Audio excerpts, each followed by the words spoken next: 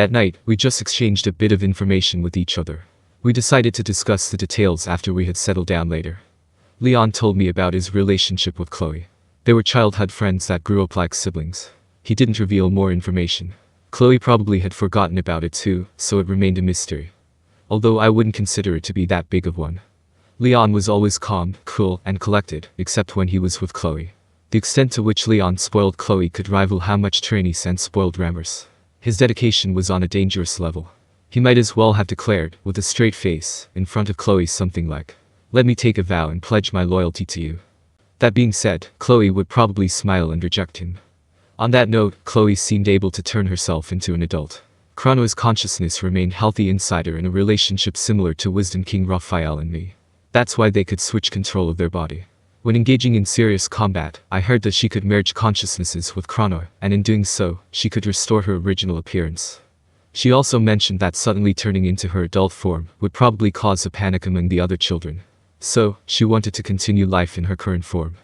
I found that safer too and told Chloe to do as she wished. Luminas told me about Granbell. Gran likely went mad after his wife's death. Following that, Mariabelle was that man's last hope. Her death has plunged him into insanity yet again. I suspect that he recovered later on as well. So serious yet so clumsy. That's perhaps the best way to describe Granbell Rosso as a person. The death of his wife Maria made him feel guilty that he was unable to protect the one he loved. When this Granbell found his new hope Mariabelle, she too suffered defeat after challenging me. Even though I had no evidence, my guess was that Yuki had killed her. Yet to Granbell, any explanation was meaningless. Mariabelle's death had a significant impact on him. Perhaps it was the loneliness he felt after losing her that cleared up Granbell's mind at the end. There's nothing more ironic than that. After his mind returned to normal, Granbell devised a plan to awaken the true hero. Had he failed, the world would have been devastated in a crisis. Yet Granbell had made his decision. His resolve was unmatched. That alone was the only undeniable fact. A hero didn't have to be someone of lofty virtue. Everyone has their biases, or their madness in his case. Granbell's love for humanity was great. Therefore, when he had succumbed to insanity, the consequences afterward were probably greater than if it was anyone else. Even I could not deny that I was not susceptible to this. What if I were to lose my loved ones? I recalled the time when I had almost lost my companions. The loss almost tore my heart out. How foolish, I seriously can't say this about him in good conscience. I could relate to Granbell's feelings on some level. The next day. Under the vast blue sky, with the ruins of the Grand Cathedral as the backdrop, our musical exchange concert took place as planned. In front of the band was a neatly seated crowd as the audience. The beautiful yet melancholic music resounded through the skies. It was a song to bid farewell to those who had placed their hope in the future of Requiem. I had a dream. A very strange dream. In that dream, I became a very selfish little girl. Maria smiled as she woke up to the sight of Gran. Was it a good dream? Yes, it was very sweet.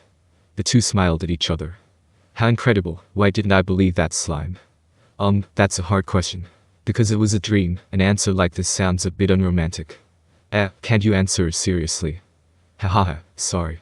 Just like you said, Maria, things wouldn't have escalated to this extent had we been able to accept everything and trust each other. But humanity is cowardly. They fear the people who live by rules different from their own, and are wary that they might betray them.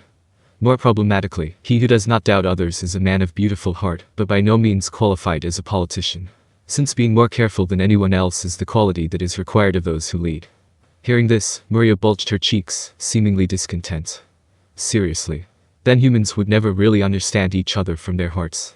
I don't like that at all. That's why I've decided to trust him next time. You're talking about what happened in the dream, right? Yes, I am. That is, if I ever have the same dream next time, I will definitely believe in that slime-sen. I'm sure we will become very good friends by that time. Is that so? I'm sure you will, Gran agreed gently. By the way, Gran, what dream did you have? Maria asked Gran innocently. Me? Gran had a very long and sorrowful dream. But in the end, he got to see a ray of hope. It was a good dream. Really good. Ah, that's great.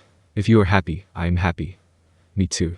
As long as you are happy, I will be able to overcome whatever hardship I meet. We can spend every day together peacefully. That thought alone brings me joy. Indeed. When our child is born, we will have more family, and we'll be even happier.